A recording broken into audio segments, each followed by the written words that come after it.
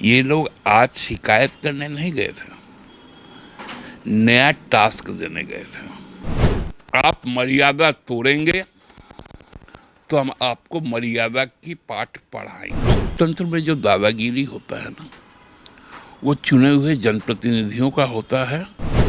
देखिए, जो सारा खेल चल रहा है, ये 24 के खेल को हम लोग भी खेलना चाहते हैं, हम लोग भी खेलना जानते हैं। और चुने गए स्पीकर तो विधानसभा के अंदर है, राजभवन में तो चुने नहीं गए।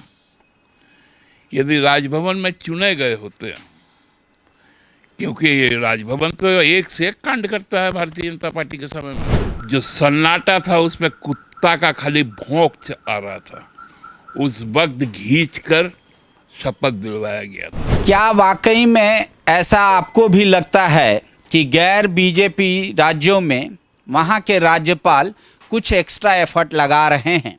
दरअसल सवाल इसलिए उठ रहा है कि झारखंड के वर्तमान में जो राज्यपाल हैं वो कई जिलों का दौरा कर रहे हैं और उनका जो बयान आ रहा है उससे सत्ता पक्ष में तिलमिलाहट है। फिलहाल हम सत्ता पक्ष के एक वरिष्ठ नेता सुप्रियो भट्टाचार्य जी के पास आए हैं। आक्रोश क्यों, बयानबाजी क्यों? क्या अब इस राज्य में गवर्नर को घूमने से रोक दिया जाएगा, लोगों से मिलने से रोक दिया जाएगा? क्या चाहती है जेएमएम? नहीं, देखिए, ना कोई आक्रोश है, न किसी को रोकने का सवाल है। केवल और केवल एक ही सवाल उठता है, वो है भाषा का सवाल। तो वो तो बोले हिंदी हम सीख लेंगे। नहीं, हिंदी सीखने का बात नहीं है, हिंदी सीखिए, अंग्रेजी सीखिए, संवाद में कोई भाषा बाधा नहीं होता है। जहाँ भावना होता है वहीं भाषा आ जाता है। मामला वो नहीं है, भाषा का जो चयन है।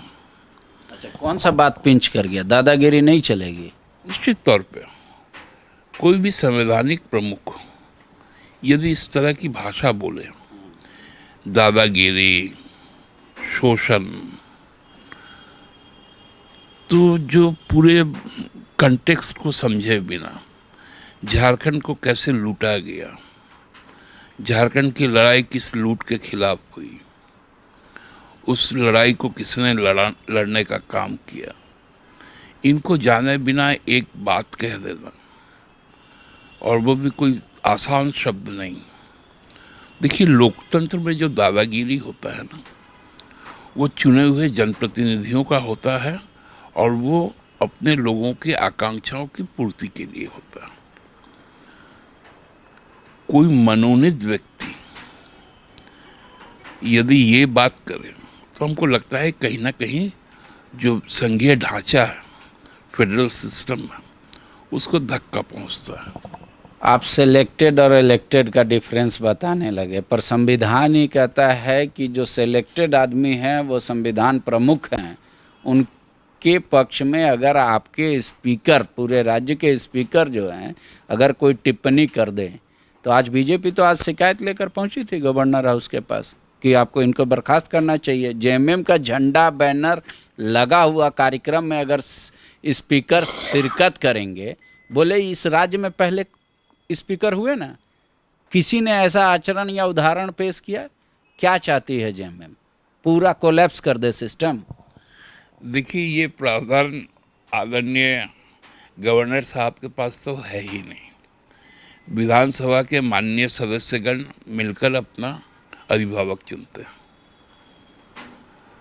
और यहाँ के जो गवर्नर साहब हैं, जब उनका अभिभाषण होता है तो उनकी पंक्ति में मेरी सरकार होती है।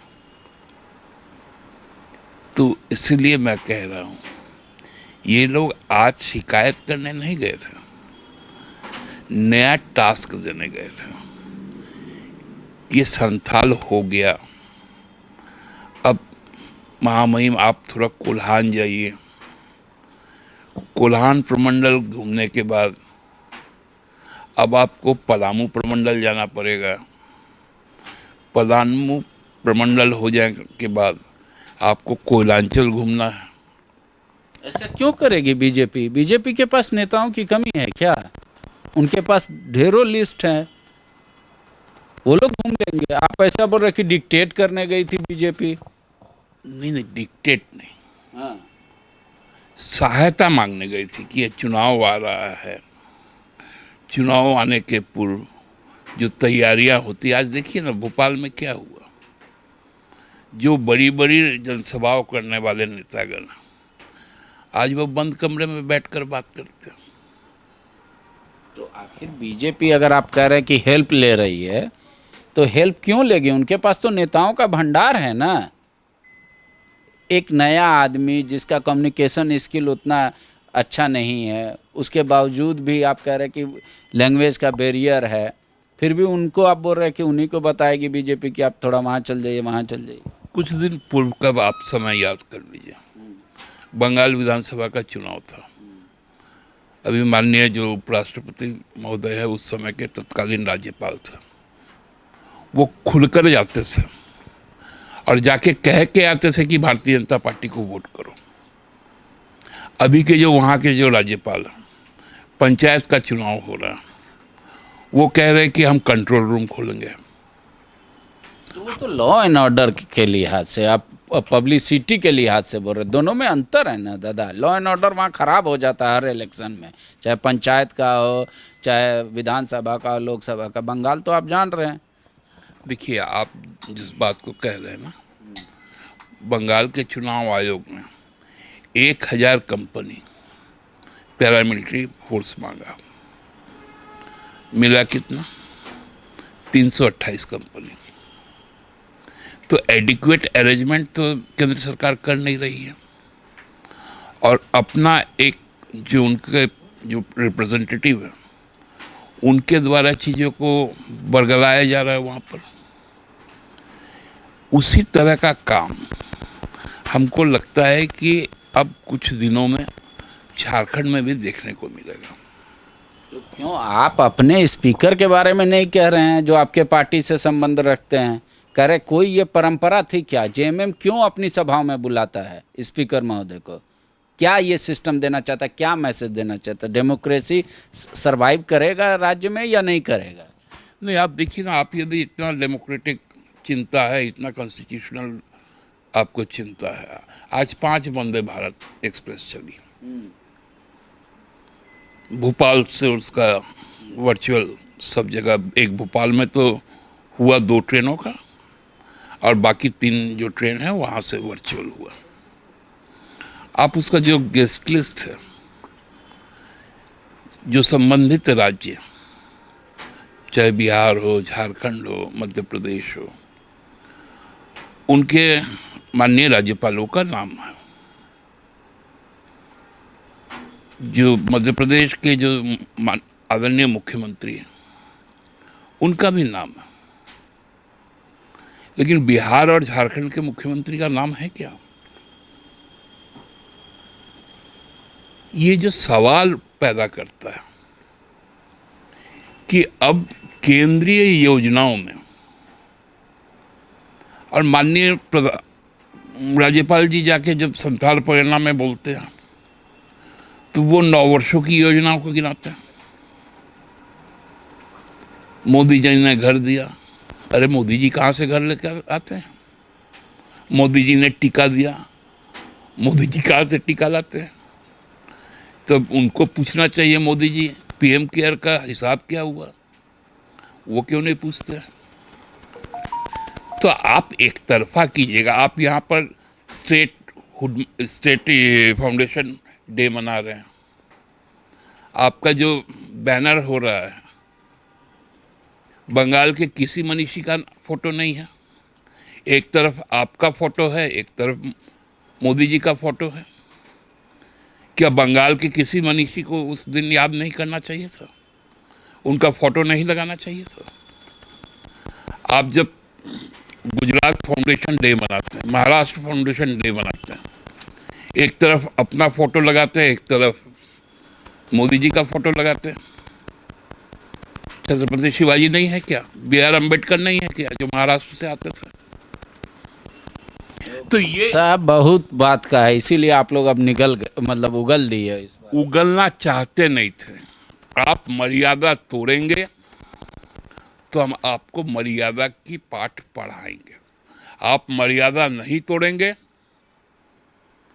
हम आपको अभिभावक के तौर पे, अपने संरक्षक के तौर पे, 5वीं अनुसूची में आप हमारे संरक्षक हैं, हम आपको उस सिरमौर बना के रखना चाहते हैं। तो दादा ये भी तो हो सकता है कि कोई आदमी अचानक गया हो किसी जगह पर और वहाँ की गरीब स्थिति, गरीब लोगों को देखकर एक भावना प्रकट हुई हो मन में, उसको उन्होंने जस्ट एक्सप्रेस कर दिया। तभी तो उन्होंने कहा कि अगर जिनके पास लैंड है, जिनका अंदर माइंस है, उन्हीं को दे देना चाहिए काम। हो सकता है कि वो सेंट्रल गवर्नमेंट को ये सुझाव भी देंगे कि भाई ट्राइबल का ही ज़मीन पे माइंस है, ट्राइबल का ये थी, तो उन्हीं को दे दिया जाए, उनको फाइनेंशियल हेल्प कर दिया जाए, वो अपना आपूर्ति कर देंगे। देखिए ना, तब तो उनको ये जस्टिफाई पहले करना पड़ेगा ना कि 23 साल का झारखंड में भारतीय जनता पार्टी का जो लूट तंत्र चला, उसका जांच का आदेश क्यों नहीं देते हैं? क्यों नहीं अपने तरफ से एक अध्यादेश निकाल देते हैं? देखिए, जो सारा खेल चल रहा है, ये 24 के खेल को हम लोग भी खेलना चाहते हैं, हम लोग भी खेलना जानते हैं, हम लोग भी उसका प्रशिक्षण देना जानते हैं। तो इस खेल का एक्सपोजर हो चुका है। तो जेएमएम क्या चाहती है, आखिरी सवाल रहेगा मेरा, कि मतलब वो जो 60 एकड़ 65 एकड़ का जगह अलॉट है उससे बाहर ना निकले गवर्नर, आप यही चाहते हैं? निश्चित तौर पे निकलना चाहिए, ये राज्य को समझना चाहिए, देखना चाहिए, महसूस करना चाहिए। तो फिर 23 साल का याद क्यों दिलाते हैं आप? तो फिर उनको बोलना नहीं चाहिए कि दादागिरी मत करो। आप घूमिए फिरिए, आप गोड्डा जाइए, आप पाकुड़ जाइए, साहिबगंज जाइए, दुमका जाइए, जामताड़ा जाइए, धनबाद जाइए, कोडरमा जाइए, सब जगह जाइए, एक एक महीने का प्रवास कीजिए, गांव टोला घूमिए। आपके पास संसाधन की कोई कमी नहीं है, लाव लश्कर चलता है आपके साथ में, आपके साथ में रसोईया चलता है, आपके लिए सरकारी जो अतिथि गृह है वो तैयार खड़े हैं, पलक बिछाए हुए हैं कि माननीय आए और महीने महीने भर का प्रवास करें। जो ठिटाई टंगर ब्लॉक है वहाँ जाके देखें। मतलब यही हुआ ना कि आपको लग रहा है कि गवर्नर अपनी बात को नहीं कर रहे हैं ठीक से, बीजेपी के इशारे पे कर रहे हैं, तो इसीलिए आपने स्पीकर को लगा दिया, बुलवा दिया। तो आप में और बीजेपी में क्या अंतर है? दोनों सेम है आप लोग। पांडे जी, स्पीकर स्पीकर है, स्पीकर लिसनर सदन के अंदर है। अच्छा, उसके बाद बाहर जेएमएम के कार्यकर्ता हैं? कार्यकर्ता नहीं है। देखिए, बहुत दिनों से लोगों का एक ये था कि हम अपने नेता से सीधा रूबरू नहीं हो पा रहे थे, बहुत सारी मर्यादाएं हैं, लेकिन जब जो कार्यकर्ताओं की जो आकांक्षा होती है ना, वो नेता को बाध्य कर देती है। इस्तीफा मांगा जा रहा है उनसे, पार्टी कहेगी? किनसे? स्पीकर महोदय से इस्तीफा मांगा जा रहा है। अरे, इस्तीफा तो वो मांगता है ना जो बर्खास्त कर सकता है। विधानसभा चाहेगा तब ना, और चुने गए स्पीकर तो विधानसभा के अंदर है, राजभवन में तो चुने नहीं गए। यदि राजभवन में चुने गए होते, क्योंकि राजभवन तो एक से एक कांड करता है भारतीय जनता पार्टी के समय में। सुबह 5:30 बजे किसी को नहीं बोल के पब्लिक बिना नोटिस का शपथ दिलवा देता है। उसका रसोईया तक चाय नहीं बना सकता है, तब तक में शपथ वाक्य हो जाता है। तो ये जो खेल चल रहा है ना, हम लोग बोका नहीं रहे पांडे जी। लेकिन ये खेल तो झारखंड में आपके टाइम में भी हुआ है, यूपीए के टाइम में कोई इंतजार कर रहा था, दूसरा तीसरा शपथ ग्रहण कर लिया। ये सब तो हुआ है पहले भी, पर इस तरीके का आक्षेप नहीं लगता था राजभवन पर कम से कम। देखिए, इस राज्य का जो बुनियाद में जो मट्ठा ढोला गया था ना, रात के 12 बजे संगीन के साय में जो सन्नाटा था उसमें कुत्ता का खाली भौंक आ रहा था, उस वक्त खींचकर शपथ दिलवाया गया था। राजभवन उसी दिन से जनभावना का उस दिन कोई ख्याल नहीं रखा गया था। तो इतिहास आप भी जानते हैं पांडे जी, और सुप्रियो भट्टाचार्य जी थोड़ा बहुत सीख लेता आपसे।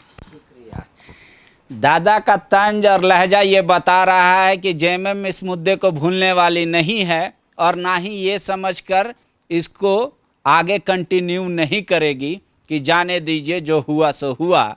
लग रहा है कि हर रिएक्शन अगर होगा, उससे पहले अगर कहीं एक्शन होगा तो उसका रिएक्शन भी होगा। अब देखिए दोनों का तकरार किस हद तक जाता है और किस हद तक क्या क्या बयान आता है। शुक्रिया।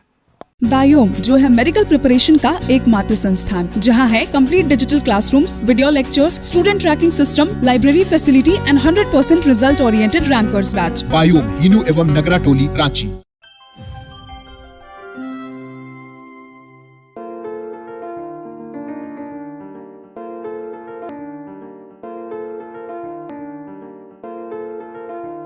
thefollowup.in.